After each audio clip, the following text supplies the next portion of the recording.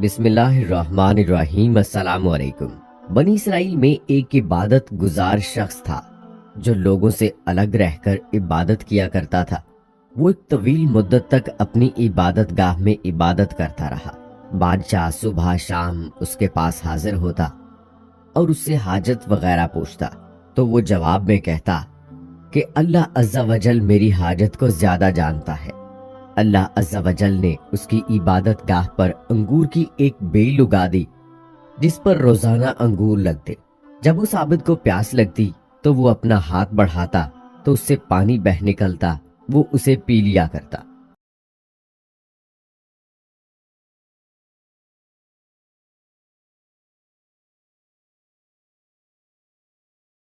کچھ عرصے کے بعد مغرب کے وقت ایک حسین و جمیل عورت اس عابد کے قریب سے گزری تو اسے پکارنے لگی، اے اللہ عز و جل کے بندے۔ عابد نے جواب میں لبیک کہا تو عورت نے پوچھا، کیا تجھے تیرا رب دیکھ رہا ہے؟ عابد نے کہا، یعنی میرا رب اللہ عز و جل ہے، وہ قہار ہے، یکتا ہے، حی و قیوم ہے، دلوں کے بھید جانتا ہے اور قبروں میں مدفون لوگوں کو اٹھانے والا ہے۔ عورت نے کہا، شہر مجھ سے دور ہے، یعنی مجھے پناہ دے دو۔ عابد نے کہا، اوپر آ جاؤ۔ جب وہ عورت عبادت گاہ میں داخل ہوئی تو اپنے کپڑے اتار کر برہنہ ہو گئی اور عابد کو دعوت نظارہ پیش کرنے لگی۔ اس عابد نے اپنی نگاہیں جھکا لی اور عورت سے کہا، تو برباد ہو، اپنا جسم ڈھانپ لے۔ عورت بولی، اگر آج رات تو مجھ سے نفع اٹھا لے گا تو تیرا کیا جائے گا؟ تو اس عابد نے اپنے نفس سے پوچھا، تو کیا کہتا ہے؟ نفس بولا، خدا عز و جل کی قسم، میں تو اس موقع سے ضرور فائدہ اٹھاؤں گا۔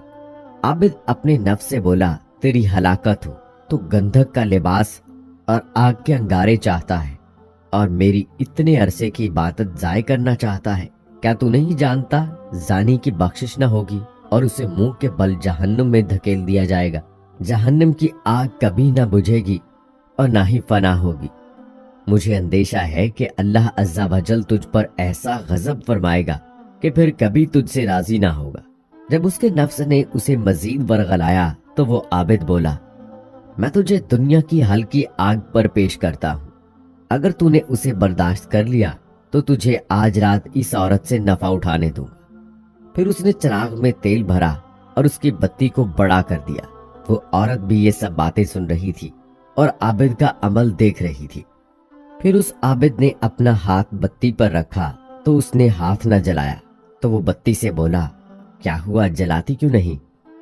تو آگ نے اس کا انگوٹھا جلا دیا، پھر اس کی انگلیاں اور پھر اس کا ہاتھ جلا ڈالا۔ اس پر عورت نے ایک زوردار چیخ ماری اور دنیا سے رخصت ہو گئی۔ اس عابد نے اسے اسی کے کپڑے سے ڈھانپ دیا۔ جب صبح ہوئی تو ابلیس ملعون نے چیخ کر لوگوں سے کہا، اے لوگو، عابد نے فلاں شخص کی فلاں بیٹی سے زنا کر کے اسے قتل کر دیا ہے۔ تو بادشاہ اپنے لشکر اور رعایا کے ساتھ سوار ہو کر آیا۔ جب وہ اس عبادت خانے کے قریب پہنچا تو چلا کر عابد کو پکارا۔ عابد نے پکار کر جواب دیا تو بادشاہ نے پوچھا کہ فلاں کی بیٹی کہاں ہے؟ عابد نے کہا کہ وہ میرے پاس ہی ہے۔ بادشاہ بولا، اسے میرے پاس بھیجو۔ عابد بولا، وہ تو مر چکی ہے۔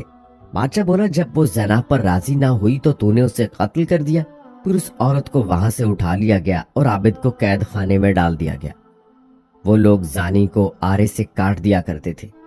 اس عابد کا ہاتھ آستین میں چھپا ہوا تھا، وہ انہیں اپنا قصہ نہیں بتا رہا تھا۔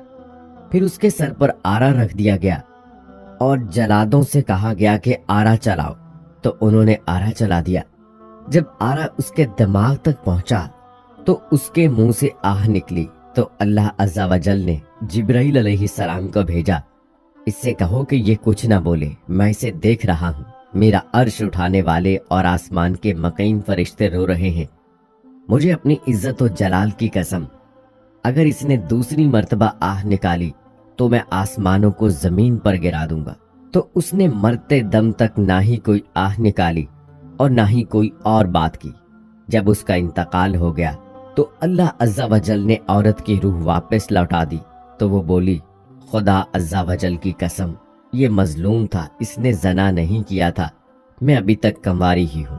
پھر اس نے لوگوں کو پورا واقعہ سنا دیا تو انہوں نے عابد کا ہاتھ دیکھا تو وہ عورت کے بیان کے مطابق جلا ہوا تھا۔ وہ لوگ بولے اگر ہمیں معلوم ہوتا تو ہم ہرگز اسے نہ چیرتے۔ جب وہ عابد 2 ٹکڑے ہو کر زمین پر گر گیا تو وہ عورت بھی اپنی سابقہ حالت میں لوٹ گئی۔ لوگوں نے ان دونوں کے لیے قبر کھودی تو قبر میں مشک، عنبر اور کافور کی خوشبو پائی۔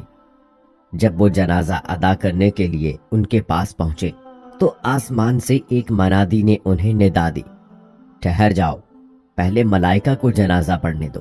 پھر ان لوگوں نے ان کا جنازہ پڑھا اور انہیں دفن کر دیا تو اللہ عز و جل نے ان کی قبر پر یاسمین کا پودا اگا دیا، اور انہوں نے ان کی قبر پر ایک تختہ پڑا ہوا دیکھا۔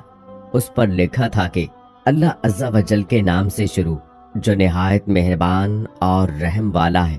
اللہ عز و جل کی طرف سے اپنے بندے اور ولی کے لیے میں نے اپنے عرش کے نیچے ایک ممبر نصب کیا اور اپنے ملائکہ کو جمع کیا۔ جبرائیل علیہ السلام نے خطبہ دیا اور میں نے اپنے فرشتوں کو گواہ بنایا کہ میں نے فردوس کی 50,000 حوریں تیرے نکاح میں دیں، اور میں اپنے فرما بردار اور ڈرنے والے بندوں سے ایسے ہی پیش آتا ہوں۔ اللہ عز و جل کی ان پر رحمت ہو اور ان کے صدقے ہماری مغفرت ہو، آمین۔ سرکار مدینہ قرار کرب و سینہ صاحب معطر پسینہ صلی اللہ علیہ وآلہ وسلم نے فرمایا، عورت کے محاسن کی طرف نظر کرنا ابلیس کے زہر میں بجھے ہوئے تیروں میں سے ایک تیر ہے، اور جو شخص حرام چیزوں سے اپنی آنکھوں کی حفاظت نہیں کرتا، قیامت کے دن اس کی آنکھوں میں آگ کی سرائی پھیری جائے گی۔ نور کے پیکر تمام نبیوں کے سرور صلی اللہ علیہ وآلہ وسلم کا ارشاد پاک ہے، عورت کے محاسن کی طرف نظر کرنا ابلیس کے زہر میں بجھے ہوئے تیروں میں سے ایک تیر ہے۔ جو شخص اپنی آنکھوں کی حفاظت کرے گا، اللہ عز و جل اسے ایسی عبادت کی توفیق عطا فرمائے گا جس کی حلاوت وہ اپنے دل میں پائے گا۔